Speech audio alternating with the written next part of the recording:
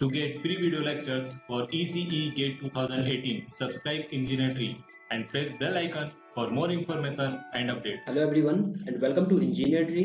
मैं हूं सत्यविजय तिवारी। तो इस वीडियो में हम देखने वाले हैं वेब गाइड से रिलेटेड कुछ और कॉन्सेप्ट। और इसके प्रीवियस वीडियोस में हमने डिस्कस किया था फेज वेलोसिटी आपकी क्या होती है, ग्रुप वेलोसिटी आपकी क्या होती है, कट ऑफ फ्रिक्वेंसी आपकी क्या होती है, वेव एंगल या टिल्ट एंगल आपका क्या होता है, और इनके इंपॉर्टेंट फॉर्मूलेज हमने देखे थे। और इनसे रिलेटेड किस टाइप के जो गेट के एग्जाम में क्वेश्चंस आते हैं वो हमने यहाँ पर डिस्कस किए थे। तो इस वीडियो में हम देखने वाले हैं वेव गाइड में आपकी टीई वेव क्या होती है, टीएम वेव क्या होती है और टीईएम वेव क्या होती है। तो यहाँ पर जो टीई आपका डिनोट करता है वो है ट्रांसवर्स इलेक्ट्रिक वेव, टीएम आपकी होती है ट्रांसवर्स मैग्नेटिक वेव और टीईएम होती है ट्रांसवर्स इलेक्ट्रोमैग्नेटिक वेव। तो इन तीनों के बारे में हम यहाँ पर एक एक करके डिस्कस करने वाले हैं। ट्रांसवर्स इलेक्ट्रिक में आपका क्या होता है मैग्नेटिक में, और ट्रांसवर्स इलेक्ट्रोमैग्नेटिक वेव्स में आपका क्या होता है। तो यहाँ पर इन तीनों से रिलेटेड काफ़ी डेरिवेशंस हैं, लेकिन वो आपके गेट के एग्जाम में नहीं पूछे जाते हैं। तो यहाँ पर हम जहाँ से आपके क्वेश्चंस होंगे या एक जो इसका बेसिक कॉन्सेप्ट होगा वो हम यहाँ पर देखने वाले हैं। तो चलिए इस वीडियो में हम शुरू करते हैं टीई वेव से। टीई यानी ट्रांसवर्स इलेक्ट्रिक वेव। तो जैसा कि इसका नाम शो कर रहा है ट्रांसवर्स इलेक्ट्रिक वेव, मतलब जो आपकी इलेक्ट्रिक वेव होगी वो ट्रांसवर्स नेचर की होगी। तो अगर हम इलेक्ट्रोमैग्नेटिक वेव्स की बात करें तो ई जो वेव होती है वो आपकी मैग्नेटिक वेव के परपेंडिकुलर होती है, और ये दोनों परपेंडिकुलर होते हैं प्रोपोगेशन की डायरेक्शन के। तो E perpendicular to H perpendicular to propagation की डायरेक्शन।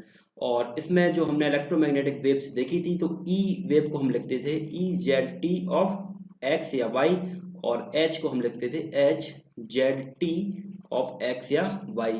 तो ये आपकी शो कर रही थी जो इलेक्ट्रोमैग्नेटिक वेव है वो आपकी जेड की डायरेक्शन में प्रोपोगेट हो रही है, और इलेक्ट्रिक फील्ड के कंपोनेंट आपके एक्स डायरेक्शन में है, और मैग्नेटिक फील्ड के कंपोनेंट आपके वाई डायरेक्शन में है। अब यहाँ पर अगर हम पैरेलल प्लेन वेव गाइड की बात करें तो इसमें यहाँ से हमने आपकी वेव फीड की, इसमें ये आपकी जेड एक्सेस है यहाँ पर, और ये आपकी एक्स एक्सेस है। तो पैरेलल प्लेन वेव गाइड में आपकी एक डायरेक्शन में जो आपकी वेव होती है वो रिस्ट्रिक्टेड होती है। यहाँ पर जो हम वेव फीड करेंगे वो आपकी एक्स की डायरेक्शन में नहीं जाएगी, यहाँ पर रिस्ट्रिक्टेड है ये एक्स डायरेक्शन में। तो जो आपकी वेव होगी वो जेड की डायरेक्शन में और वाई की डायरेक्शन में मूव कर सकती है। तो यहाँ से जब हमने वेव को फीड किया तो ये आपकी वेव की प्रोपोगेशन डायरेक्शन है। तो प्रोपोगेशन की डायरेक्शन कौन कौन सी है, मान के चलिए अगर हम इलेक्ट्रिक फील्ड यहाँ पर लिखना चाहें तो एक्स और जेड, जो एक्चुअल पाथ है वेव का वो एक्स और जेड की डायरेक्शन में प्रोपोगेट हो रही है। तो इसको हम लिख सकते हैं एक्स जेड ऑफ टी, और फील्ड के जो कंपोनेंट हो जाएंगे वो होंगे एक्स वाई और जेड की डायरेक्शन में। और इसी तरीके से मैग्नेटिक को आप लिख सकते हैं एक्स जेड टी, और जो फील्ड के कंपोनेंट होंगे वो एक्स वाई जेड डायरेक्शन में होंगे। तो इसमें आपकी जो वेव होगी वो ट्रांसवर्स इलेक्ट्रिक वेव किस तरीके से होगी, आपकी वेव एक्स और जेड डायरेक्शन में यहाँ पर प्रोपोगेट हो रही है। तो यहाँ पर आप ये डॉट देख सकते हैं, ये डॉट आउटवर्ड डायरेक्शन में इलेक्ट्रिक फील्ड को डिनोट कर रहे हैं। तो इलेक्ट्रिक की फील्ड की जो डायरेक्शन होगी वो आउटवर्ड डायरेक्शन में है, और आउटवर्ड डायरेक्शन में ही आपकी कौन सी है, वाई एक्सेस है। तो जो इलेक्ट्रिक फील्ड है वो वाई डायरेक्शन में आपकी मूव कर रही है, और ये नीचे ये जो डाउनवर्ड एरो हैं ये शो कर रहे हैं आपकी मैग्नेटिक वेव को। तो मैग्नेटिक वेव आपकी कौन कौन सी डायरेक्शन में जा रही है, एक्स और जेड डायरेक्शन में, और जो इलेक्ट्रिक फील्ड है वो आपकी केवल वाई डायरेक्शन में है। तो यहाँ पर आप देख सकते हैं ये एक्सेस है, गाइड की जो एक्सेस है। तो जो इलेक्ट्रिक फील्ड की डायरेक्शन है वो गाइड एक्सेस से 90 डिग्री के एंगल बनाते हुए आउटवर्ड की तरफ है। तो ये हो जाएगी ट्रांसवर्स नेचर की, ट्रांसवर्स इलेक्ट्रिक नेचर की, मतलब इलेक्ट्रिक वेव है वो आपकी परपेंडिकुलर है गाइड एक्सेस के, इसलिए इसको हम बोलते हैं ट्रांसवर्स इलेक्ट्रिक वेव।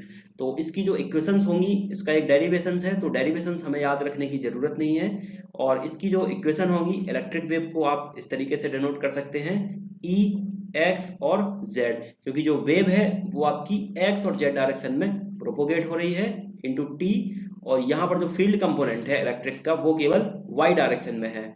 और मैग्नेटिक फील्ड को आप यहाँ पर डिनोट कर सकते हैं एक्स जेड ऑफ टी, और जो इसके फील्ड कंपोनेंट है वो एक्स और जेड की डायरेक्शन पे है। तो ये आपकी इलेक्ट्रिक फील्ड और ये मैग्नेटिक फील्ड। इसको केवल हम ट्रांसवर्स इलेक्ट्रिक इसलिए बोलते हैं क्योंकि इसकी जो इलेक्ट्रिक फील्ड है वो गाइड एक्सेस से परपेंडिकुलर है, यानी ट्रांसवर्स नेचर की है। तो इसको हम बोलते हैं ट्रांसवर्स इलेक्ट्रिक फील्ड। और ट्रांसवर्स मैग्नेटिक फील्ड में आपका क्या होगा, जस्ट इसका अपोजिट होगा। जो यहाँ पर डॉट होंगे वो आपकी मैग्नेटिक फील्ड को डिनोट करेंगे और ये डाउनवर्ड जो एरो हैं ये आपके डिनोट करेंगे इलेक्ट्रिक वेव को। तो इसका जस्ट अपोजिट होगा आपका ट्रांसवर्स मैग्नेटिक वेव में। तो इसका मैं अब डायग्राम ड्रॉ नहीं कर रहा हूँ, आप पिछले डायग्राम से देख सकते हैं। तो इसमें जो आपका मैग्नेटिक फील्ड की जो कंपोनेंट होंगे वो हो जाएंगे आपकी एच, एक्स, जेड, टी, और ये होगा आपके वाई की डायरेक्शन में। और जो इलेक्ट्रिक फील्ड होगी वो हो जाएगी आपकी E, X, Z of T, X और जेड की डायरेक्शन में।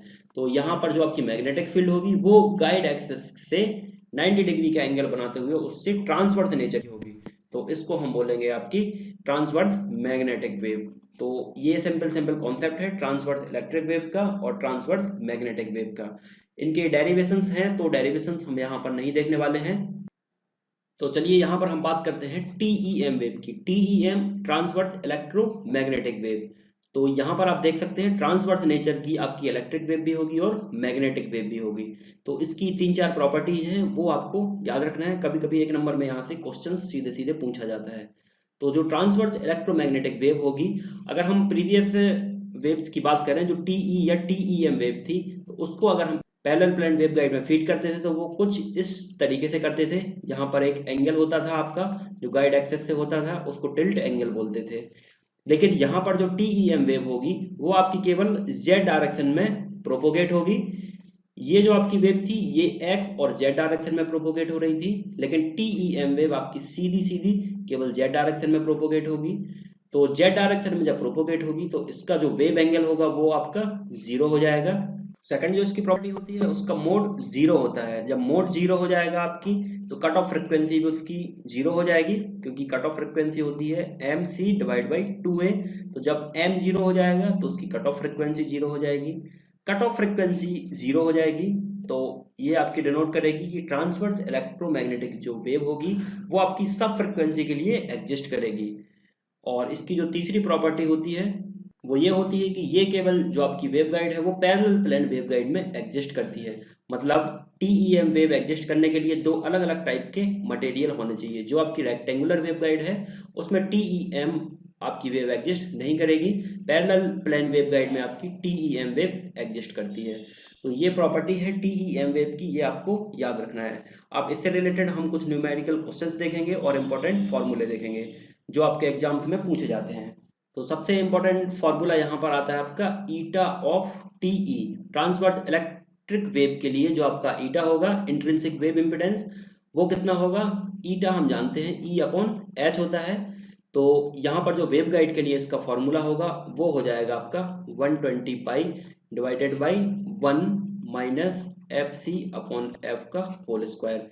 ये हो जाएगा intrinsic wave impedance transverse electric wave के लिए। अब अगर हम ईटा की बात करें मैग्नेटिक वेव के लिए तो ये हो जाएगा आपका 120 पाई इंटू 1 माइनस FC/F का होल स्क्वायर। और अगर हम ईटा की बात करें TEM वेव के लिए ट्रांसवर्स इलेक्ट्रोमैग्नेटिक वेव के लिए तो ये होता है आपका 120 पाई। ये 3 आपको याद रखना है। इंट्रिंसिक वेव इम्पिडेंस हुआ आपका। ये फॉर्मूले कुछ कुछ वैसे हैं जैसे कि हमने फेस वेलोसिटी का और ग्रुप वेलोसिटी का फॉर्मूला देखा था। तो फेस वेलोसिटी का जो फॉर्मूला था वो था आपका C/√1 माइनस FC/F का होल स्क्वायर, और जो ग्रुप वेलोसिटी थी उसका फॉर्मूला था C/√1 माइनस FC/F का होल स्क्वायर। और इनसे रिलेटेड हमने क्वेश्चन देखे थे कि एग्जाम में किस तरीके से क्वेश्चन आपके पूछे जाते हैं। तो ये ईटा TE और ईटा TM और ईटा TEM के फॉर्मूले आपको याद रखना है इसमें। तो चलिए अब हम बात करते हैं रेक्टेंगुलर वेवगाइड की। अभी तक हमने पैरेलल प्लेन वेवगाइड के बारे में डिस्कस किया था, उसके इंपॉर्टेंट फॉर्मूलेज देखे थे। अब हम इसमें देखते हैं रेक्टेंगुलर वेवगाइड। तो ये वेवगाइड एक रेक्टेंगुलर शेप की है। यहाँ पर ये A और ये B है, इसकी हाइट और इसकी विड्थ है। ये Z डायरेक्शन है और ये X डायरेक्शन है। तो इस रेक्टेंगुलर वेवगाइड को आप देख सकते हैं, ये 4 बाउंड्रीज हैं इसकी।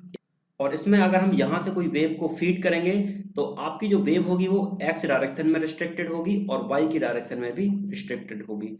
तो अभी तक हमने पैरेलल प्लेन वेवगाइड में देखा था, तो उसमें आपकी केवल एक डायरेक्शन में वेव रिस्ट्रिक्टेड थी, एक डायरेक्शन में आपकी जो वेव है वो मूव नहीं कर रही थी। और ये रेक्टेंगुलर वेवगाइड की बात करें तो इसमें आपकी जो दो डायरेक्शन होती हैं वो रिस्ट्रिक्टेड होती हैं। ये एक हॉलो रेक्टेंगल ट्यूब की तरह होता है, तो इसमें एक्स डायरेक्शन में आपकी वेव मूव नहीं कर सकती है जो कि अपर डायरेक्शन में है, और आउटवर्ड डायरेक्शन में भी आपकी वेव मूव नहीं कर सकती है जो कि आपकी वाई डायरेक्शन में है। तो वेव आपकी केवल जाएगी जेड डायरेक्शन में। तो इसमें दो डायरेक्शन रिस्ट्रिक्टेड होती हैं और पैरेलल प्लेन वेवगाइड में केवल एक डायरेक्शन रिस्ट्रिक्टेड थी। तो ये हुआ इनके बीच में बेसिक डिफरेंस। अब हम इनके फॉर्मूलेज की बात कर लेते हैं। तो जो हमने कट ऑफ फ्रिक्वेंसी का फॉर्मूला देखा था पैरेलल प्लेन वेवगाइड के लिए, आपको याद होगा mc/2a। अब यहाँ पर रेक्टेंगुलर वेवगाइड की अगर हम बात करें तो एक डिफरेंस और था जो कि हमारी पैरेलल प्लेन वेवगाइड थी इस तरीके से, उसमें केवल प्लेट के बीच का जो सेपरेशन था उसको हम a से डिनोट कर रहे थे, लेकिन यहाँ पर a और b आपके पास है, यानी कि उसकी हाइट और उसकी विड्थ है। तो यहाँ पर जो कट ऑफ फ्रिक्वेंसी का फॉर्मूला हो जाएगा वो हो जाएगा आपका square root of m upon a का whole square plus n upon b का होल स्क्वायर इंटू c/2। तो इस फॉर्मूले को आप इससे रिलेट करके याद रख सकते हैं। जैसे mc/2a है तो ये हो जाएगा आपका m अपॉन a का whole square plus n upon b का होल स्क्वायर, इसके ऊपर स्क्वायर रूट इंटू c/2। ये फॉर्मूला हुआ आपका कट ऑफ फ्रिक्वेंसी का रेक्टेंगुलर वेवगाइड के लिए। ये आपको याद रखना है, बहुत इंपॉर्टेंट फॉर्मूला है ये। और बाकी फॉर्मूले जो आपकी पैरेलल प्लेन वेवगाइड के थे वो रेक्टेंगुलर वेवगाइड के भी होंगे, यानी जो ईटा टीई था वो हो जाएगा आपका 120 पाई divided by cos theta, eta TM हो जाएगा आपका 120 पाई इंटू कॉस थीटा, और जो साइन थीटा था टिल्ट एंगल वो था आपका F C divided by F. तो ये सारे फॉर्मूले एज इट इज हैं, केवल कट ऑफ फ्रिक्वेंसी का फॉर्मूला यहाँ पर चेंज हो जाएगा। और यहाँ पर एक चीज और आप याद रखें, जो आपकी पैरेलल प्लेन वेवगाइड थी उसमें केवल एक मोड था आपका m था, और यहाँ पर आपके मोड m और n हो जाएंगे। तो इससे रिलेटेड जब हम क्वेश्चन देखेंगे तो आपको समझ में आ जाएंगे कि ये मोड किस तरीके से यहाँ पर हम लेंगे। तो ये फॉर्मूला आपको याद रखना है इसमें।